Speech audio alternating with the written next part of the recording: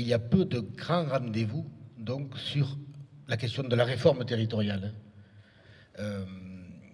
Si aujourd'hui ça vient à l'ordre du jour, c'est qu'il y a une raison. Pourquoi tout d'un coup on déciderait de réorganiser l'administration territoriale? Parce que c'est de ça dont il s'agit, de mon point de vue, avant tout.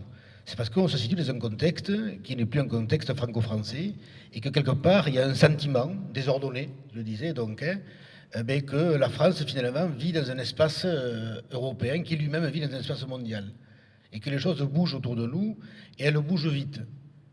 Et que je fais partie de celles et ceux qui pensent qu'effectivement notre administration territoriale n'est plus adaptée à un monde qui va vite aujourd'hui.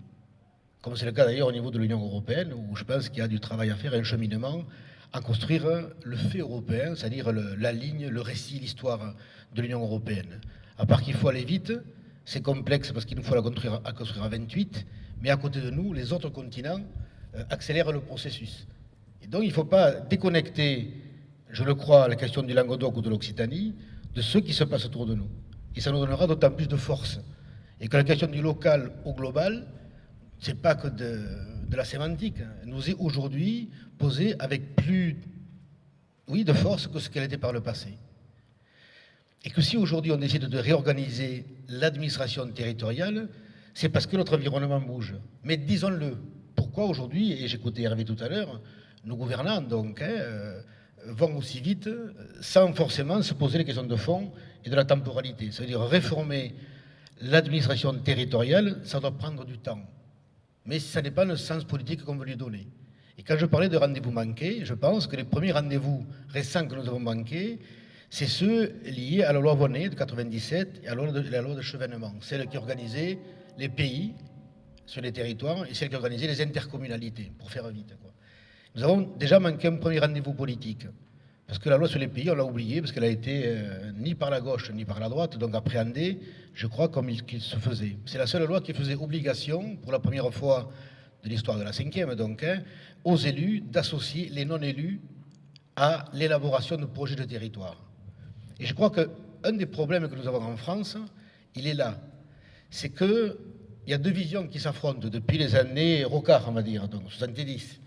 C'est la vision d'un territoire administré, très hiérarchisé, très pyramidal, et ça c'est l'organisation française, où on pense en haut, tu disais les Parisiens, et je te rejoins dans cela, donc sans faire du parisianisme primaire, et on agit sur le bas. En gros, on vous dit, ne vous inquiétez de rien, on va penser pour vous, demain sera meilleur. Et puis il y a l'autre vision qui est la vision du projet, je dirais une vision descendante, celle qui vient du haut, qui vient s'appliquer sur nos territoires et qui nous a broyés au fil des années, donc nous, en tant qu'acteurs des territoires, mais qui est encore d'actualité aujourd'hui. Ça veut dire qu'on est sous le couvert d'ailleurs dans les administrations, il y en a qui y travaillent, vous savez qu'il faut toujours signer les documents, on est toujours sous le couvert de quelqu'un. Dans la question d'une politique administrée, je dirais qui banalise, je ne dirais pas jusqu'à dire qui lyophilise, mais quelquefois un peu, donc les politiques publiques, doit être posée. Et je pense qu'une fois encore, quand on a fait les intercommunalités, on n'a jamais mis en place des intercommunalités au regard d'espace, ce que j'appelle moi, pas de bassin de vie, mais de bassin d'envie. Dans quel territoire on a envie de vivre, en donnant la parole aux acteurs du territoire. Et donc, bon, pas ici, parce qu'ici on est meilleur que les autres, mais ailleurs, ce que j'en vois, c'est que l'intercommunalité, elle s'est créée en disant, voilà, si je mets telle commune, je garde la majorité. Si je mets telle commune, je perds la majorité, donc je ne la mets pas. Si j'ai une autre commune, bon. Et partout en France, les communautés d'agglomération et les communautés de communes se sont faites un peu à l'identique. Et qu'on a laissé de côté le sens même et l'objet même du projet territorial. Qu'est-ce qu'on a envie de mettre en perspective pour notre mieux vivre sur notre territoire? Et ensuite, une fois qu'on a défini les objectifs, on mettra les moyens les plus adaptés. Et une fois encore, j'ai l'impression qu'on met les moyens avant les objectifs. Parce que c'est beaucoup plus facile, c'est beaucoup plus sécurisant. Et je pense que le politique devrait prendre cet engagement et cette responsabilité-là, de faire confiance à ce que j'appelle moi l'expertise citoyenne. Ça veut dire que la preuve aujourd'hui, si on nous met tous autour d'une table, on est capable de produire des intelligences. Et j'ai toujours dit, moi, que je préférais avoir 10 cerveaux qui pensent ensemble pour les autres qu'un cerveau unique qui pense pour les autres. Mais c'est un choix de philosophie. Et c'est un choix de courage politique. Mais dès lors que la loi sera votée, je pense qu'il sera de notre responsabilité collective de pouvoir penser ce projet d'avenir. Parce qu'il n'est pas mince. Et au regard de l'Europe et au regard du monde, nous avons un potentiel énorme, culturel. J'ai souvent parlé de civilisation. C'est vrai qu'on est au cœur de l'Occitanie, on est le bas et le haut Languedoc.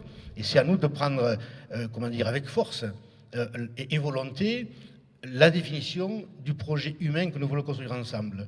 Et notre histoire, pour le coup, devrait nous donner la force de porter un projet ambitieux. Et je reviens, sur la base de Luparace et de la Conviventio, je pense que nous avons les moyens d'imaginer quelque chose non seulement d'original, mais j'ai envie de dire d'exceptionnel à l'échelle communautaire. Et si on s'appuie sur ce que nous sommes, sur notre histoire, pas au sens du repli sur soi, mais au sens de l'ouverture aux autres, nous avons tous les ingrédients. Il nous appartient collectivement de les mettre en perspective. Merci.